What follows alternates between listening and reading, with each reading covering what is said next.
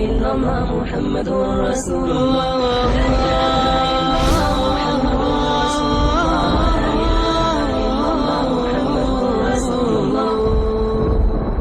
اے انسانو، اگر تم اللہ پاک پر اس طرح سے بھروسہ کرو جس طرح سے اللہ پاک پر بھروسہ اور اعتماد کرنے کا حق ہے، لَرَزَقَكُمُ اللَّهُ كَمَا يَرْزُقُ الطَّيْرَ، اللہ پاک تمہیں ایسے روزی کھلائے گا، اس طرح سے دے گا جس طرح سے اللہ پاک پرندوں کو دیتا ہے.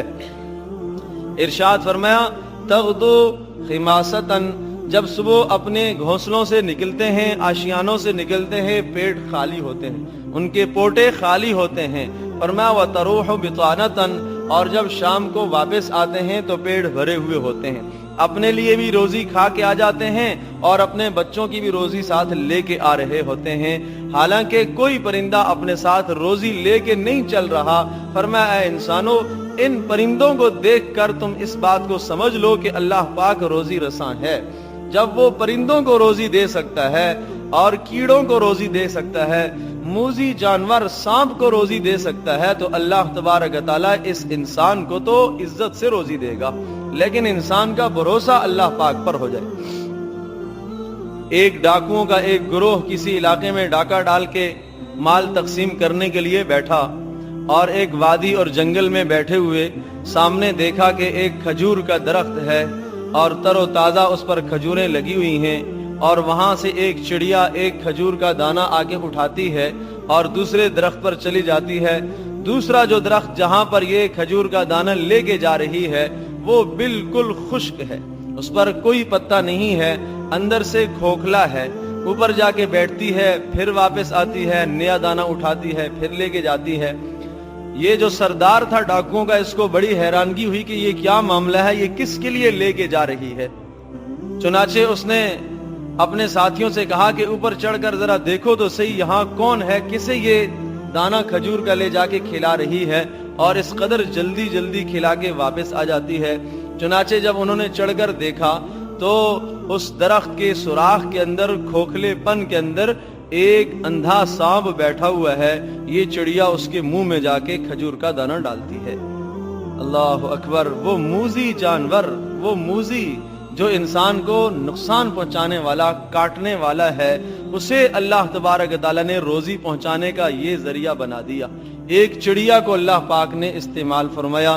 تو وہ ڈاکوؤں کا جو سردار تھا، جب اس نے یہ دیکھا اس نے فوراً توبہ کر لی اور یہ کہا کہ یا اللہ، جب تو اس موذی چیز کو اتنا رزق دے سکتا ہے اور اس کے لیے ذریعہ بنا سکتا ہے، تو یا اللہ، میں تو تیرے حبیب صلی اللہ علیہ وسلم کی امت میں سے ایک آدمی ہوں، اگر میں تیرے اوپر اعتماد اور بھروسہ کروں گا تو مجھے کیوں نہیں روزی دے گا.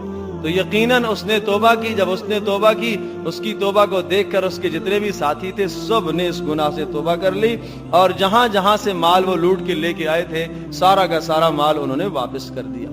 تو انسان اگر اللہ پاک پر بھروسہ کرے، اس طرح سے بھروسہ جس طرح سے پرندے بھروسہ کرتے ہیں، تو حضرت صلی اللہ علیہ وسلم نے ارشاد فرمایا کہ اللہ پاک تمہیں ایسے ہی روزی دے گا جس طرح سے اللہ پاک ان پرندوں کو روزی دیا کرتا ہے. بس کمی یہاں آ گئی ہے کہ انسان کا اللہ پاک کی ذات عالی پر بھروسہ نہیں ہے، اعتماد نہیں ہے. اور یاد رکھیے، عجیب بات یہ ہے کہ اگر ایک آدمی کو کوئی کافر یہ کہتا ہے کہ ایسا کرو، تم یہ میرا کام کر دو، میں تمہاری روزی کا بندوبست کرتا ہوں، تیرے لیے کھانا بنانے کا بندوبست میں کرتا ہوں، تم میرا کام کر لو، آدمی کو اعتماد ہو جاتا ہے کہ بھئی اس آدمی نے جب کہا ہے تو میں اس کے کام میں لگ جاتا ہوں، یہ میرا بندوبست کر ہی دے گا. آدمی اس پر تو اعتماد کرتا ہے. لیکن حدیث پاک میں آتا ہے کہ اللہ تبارک تعالیٰ یہ ارشاد فرما رہے ہیں کہ اے ابن آدم، اے میرے بندے، تو ایسا کر کہ اپنے دل کو میری عبادت کے لیے فارغ کر دے، میں تیری روزی کا بندوبست کر دوں گا. تو اپنے آپ کو میری عبادت کے لیے فارغ کر دے اور میں تیرے دل کو استغنا سے بھر دوں گا، تیرے دل کو غنی کر دوں گا. اور یاد رکھ، اگر تو مجھے چھوڑ کر رزق کی تلاش میں لگ گیا، مشغول ہو گیا، تو میں تجھے اس رزق کی تلاش میں ایسا تھکاؤں گا، لیکن ملے گا وہی جو میں نے تیرے لیے لکھا ہوا ہے. حاصل تجھے وہی ہوگا جو میں نے تیرے لیے لکھا ہوا ہے، لیکن پھر یاد رکھنا چونکہ تو نے مجھے ناراض کیا ہے، میری عبادت کو چھوڑ کر تو نے اس روزی کے پیچھے اپنے آپ کو لگایا ہے، مشغول کیا ہے، تو یاد رکھنا میں تیرے دل کے اندر فقر کو، محتاجی کو ایسا بھر دوں گا کہ ساری دنیا کا بھی تو مالک بن جائے، جب بھی تیری شدت اندر سے احتیاج ختم نہیں ہوگی اور تیری لالچ اور حرص ختم نہیں ہوگی۔ تو میرے عزیز دوستو اور بزرگوں، اس حدیث کے بعد ہمیں کیا کرنا چاہیے؟ ہمیں اللہ پاک کی ذات عالی پر مکمل اعتماد اور بھروسہ کرنا چاہیے۔